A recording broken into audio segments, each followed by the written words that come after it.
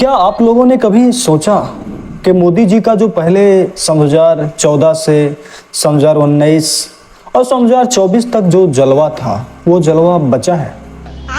मैं इसलिए समझना चाहता हूँ क्योंकि हमारे मोदी जी पहले जब किसी भाषण किसी रैली में जाते थे तो वहाँ जय श्री राम, जय जगन्नाथ वगैरह वगैरह के नारे लगते थे। हालांकि अच्छी बात है, पर मोदी जी के स्पीच में कितने बदलाव आ चुके हैं, कितने बदलाव आ चुके हैं। अभी आपने देखा हरियाणा में वो स्पीच दे रहे थे, स्पीच देते देते वो पहुंच गए भीम बाबा पे, और दूसरा आरक्षण, तीसरा जवाहरलाल नेहरू तो बराबर आया जाया करते हैं, मोदी जी की तो जानते हैं आप लोग समझ रहे हैं कुछ भी। और आरक्षण कांग्रेस और राहुल गांधी के निशाना तो रहता है, क्योंकि सबसे ज्यादा खतरा अगर किसी से है तो वो जो पहले 56 इंच की छाती थी, अब नंबर तो नहीं दे सकता हूं, बट 30-32 हो गई है राहुल गांधी से। चलो इसकी बात छोड़ देते हैं। अब देखते हैं देश का जो माहौल है इस टाइम पे। अगर देश में देखा जाए तो दो नेता जैसे पहले नरेंद्र मोदी हुआ करते थे कि इनके बहुत लोकप्रिय हैं, काफ़ी ज़्यादा इनका माना जाना है और इनके समर्थक में काफ़ी लोग हैं, चाहत है इनकी। पहले पूछा जाता था कि भैया विपक्ष में प्रधानमंत्री के दावेदार हैं कौन, तो कोई जवाब नहीं दे पाता था। पर अगर मैं अब कहूँ कि बीजेपी में सीएम का दावेदार और कौन है दिल्ली के चुनाव में, प्रकार से मान लेते हैं हरियाणा में सैनी जी आ गए, पर सैनी जी को अभी तो 7-8 महीने पहले बनाया गया, और खट्टर जी को क्यों हटा दिया गया? तभी तो रुको। और उतना ही नहीं, आपने ये भी देखा होगा कि जो हरियाणा का जो माहौल है वो इस टाइम पे माहौल ज्यादातर कांग्रेस की तरफ बढ़ रहा है। नाम बोलने की कोई जरूरत नहीं, मैं भाषण दे रहा हूँ। और वहाँ के किसान तो भाई समझ रहे हो ना, किसान तो लठ लेके खड़े हैं, बस बजाएंगे नहीं। ये बड़ी अच्छी बात कही है, क्योंकि मजबूरियां होती, शासन प्रशासन देखना होता है और फिर मामला तो ऊपर वाले का। अच्छा, और बातें करेंगे केजरीवाल को लाकर बीच में क्या माहौल बनाया जा रहा है।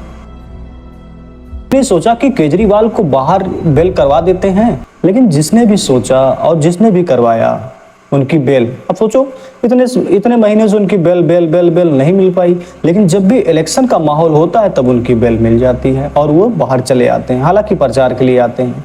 पर अब की बार जब वो बेल मिली उनको तो वो बाहर आए और ठीक दूसरे दिन उन्होंने ऐलान कर दिया, भैया दोस्तों 2 दिन के बाद, आज से 2 दिन के बाद मैं सीएम की कुर्सी से इस्तीफा देने जा रहा हूं। हाँ, इस्तीफा दे देंगे। तो इस्तीफा देने से क्या होगा, हमारे अंदर थोड़ा सा प्यार बन जाएगा, हमदर्दी बन जाएगी। तो अगली बार फिर जब चुनाव होगा यही चुनाव जब दोबारा होगा दिल्ली के लिए, तो फिर लोग प्यार दिखाएंगे। और पानी फ्री, बिजली फ्री, बस फ्री, दवाइयाँ फ्री आदि सारी चीजें हैं, तो जनता का जाहिर मूड वही तरफ जाएगा। मैं दिल्ली की जनता से पूछना चाहता हूं, मैं देश की जनता से पूछना चाहता हूं कि क्या केजरीवाल ईमानदार है कि गुनहगार है? पर आपने कभी सोचा कि अगर ये महापुरुष की और चाणक्य कहे जाने वाले, चाणक्य अब जानते हैं कौन चाणक्य है, चाणक्य के अगर एक प्लान हुआ तो, और इस प्लान में केजरीवाल जी शामिल हुए तो, लेकिन 1 सेकंड, इस्तीफा दे दिया, अब इसके बाद चुनाव प्रचार करेंगे हरियाणा में, तो किसको कमजोर करेंगे? बोलने दे कांग्रेस को। इससे फायदा क्या होगा कि जो बीजेपी के जो लगभग अभी देखा जाए तो 46 या 47% वोट हैं भाई। 5 सीटें बीजेपी पाई थी, 5 ही कांग्रेस पाई थी, तो आधे लड़ाई थी। लेकिन अब आधे लड़ाई में अगर आधा लड़ाई एक तरफ हो जाए बीजेपी की तरफ और आधे लड़ाई में 2 लोग हो जाएं, हालांकि अभी तो कई लोग हैं, चौटाला जी हैं, जेजेपी है, एएसपी है, बीएसपी है और एक पार्टी कोई और है, तो ऐसे तमाम सारी पार्टियां, लेकिन इनसे ज़्यादा खतरा नहीं जितना केजरीवाल से है। अच्छा बात नहीं है।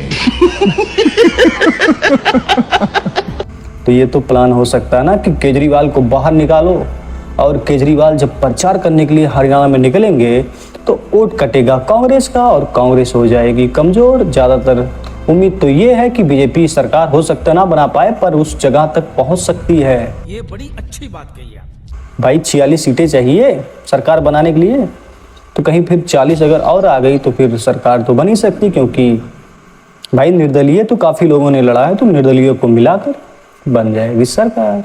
अबे यार, एक प्लान तो ये हो गया, पर ये प्लान ये फेल होता है गुड क्वेश्चन। राहुल गांधी चक्रव्यूह की बात करते हैं, 6 लोगों की बात करते हैं, पर क्या उनके जहन में कभी ये नहीं आया होगा कि केजरीवाल आए, इस्तीफा दिए? तो अगर उस साइड से हम देखा जाए उनकी प्लानिंग, तो केजरीवाल आए, इस्तीफा दे दिए। अब वो हरियाणा के प्रचार में उस तरह से नहीं जाते हैं जिस तरह जाना चाहिए, जिस तरह के माहौल बनाया गया और लोगों का विचार था कि इनको निकालो, इस तरह का प्रचार होगा तो फायदा हमारा होगा। अगर केजरीवाल हरियाणा में प्रचार नहीं करते हैं तो कांग्रेस जीत जाएगी, और ये लगभग सभी लोग जानते हैं कांग्रेस की काफ़ी मजबूत है हरियाणा में। कांग्रेस वहाँ नहीं, जम्मू कश्मीर में काफ़ी मजबूत है। और मोदी जी का देखिए बदलाव, स्पीच के जो बदलाव हैं, मोदी जी पहले भाफड़ दिया करते थे, हिंदू मुस्लिम ये सब वगैरह, आपकी सारी संपत्ति का स्कैनिंग किया जाएगा, फिर इसके बाद उनको लोगों में बांट दिया जाएगा। किनको बांटा जाएगा? जिनके ज़्यादा बच्चे हैं, वगैरह वगैरह दिया करते थे।